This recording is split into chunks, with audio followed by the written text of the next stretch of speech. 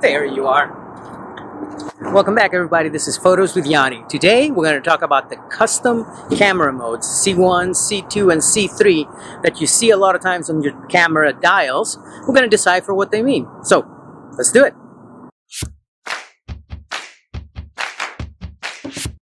Hello all and welcome to Photos with Yanni. Today I want to talk to you about camera modes and why I love them and I can't really live without them. For the record, I shoot with a Canon EOS R6. Before that, I had a Canon EOS 90D, which was my first introduction into camera modes, and that's what got me hooked on them. The 90D had 2 custom modes and the R6 has 3 custom modes, and there's a lot of bugs here, so we may need to move somewhere else.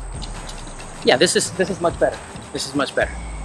I wanted to show you how I have mine set up. This way, when you go out to shoot, you can switch between camera modes for different subjects and you don't have to worry about fidgeting with controls at the last minute.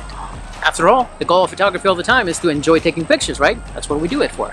As always, if you like our channel, like us, leave a comment below. This way the sentient AI that is Google knows that we're alive and it will keep suggesting us into your feed. And I'm pretty sure the camera is crooked, but I could be wrong.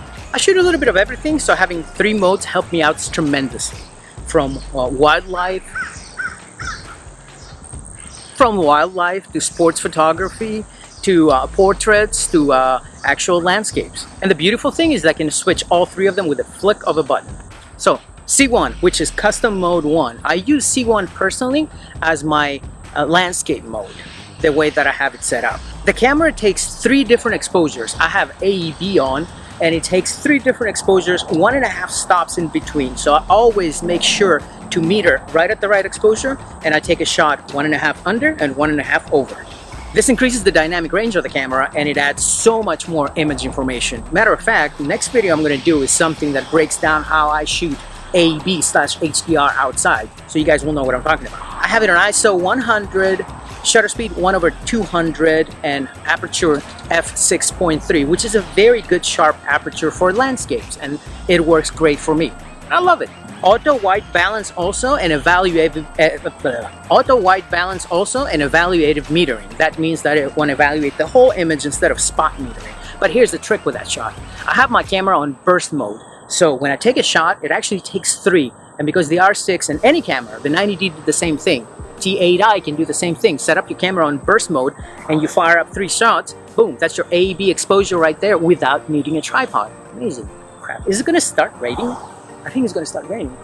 Oh well, it's waterproof. This allows me to go out, frame the shots, take an HDR shot where it's actually 3, and it increases the dynamic range. If I don't like the HDR shot, I can go back and edit each shot individually. This way I get essentially 3 shots when I actually take 1, and I love it. It's perfect for landscapes. And I make sure that my exposures are all metered properly with that. That's a little trick.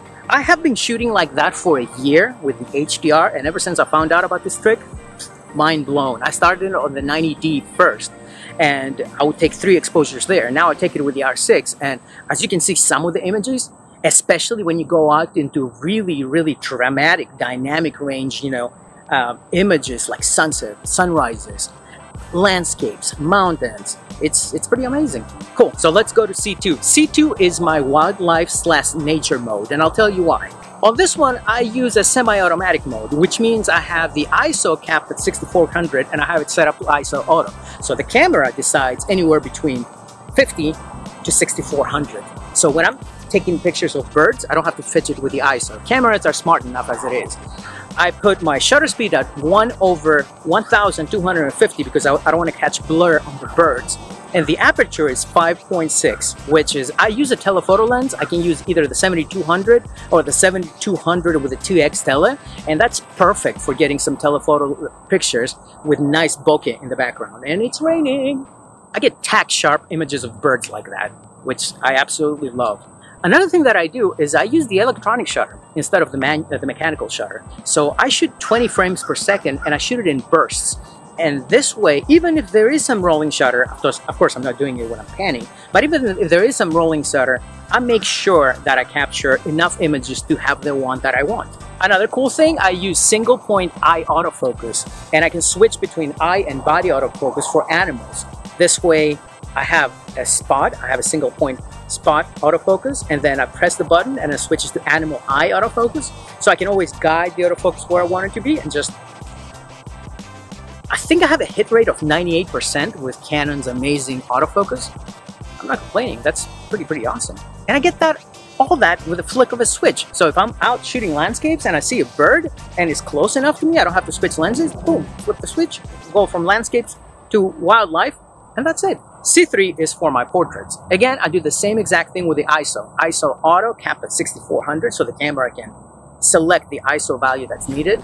Shutter speed 1/1000, because depending on the photo shoot, I want to be able to freeze, you know, the person.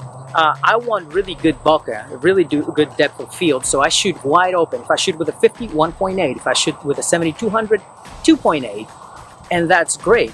And the other thing that I do, I have point autofocus again, and with another button, I have it set up to IAF, so it can switch between point and eye autofocus.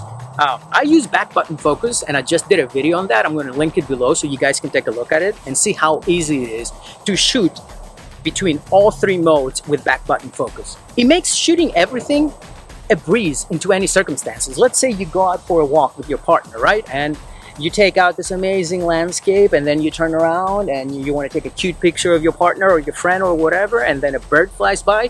You don't have to dial in any settings. You can just literally switch the flick, you know, or switch from a custom mode to another one, and there you have it. You can take picture. I use manual mode for everything else, like long exposures, and I don't really use the semi-automatic modes because I have pretty much everything covered on my custom camera mode. Yeah, so let me know what you think in the comments below. I think it's a pretty cool way to get the most out of your camera. And that's what I have for you today. As always, take care of yourself, take care of each other, smile because it's contagious, and I'll see you next time. Bye.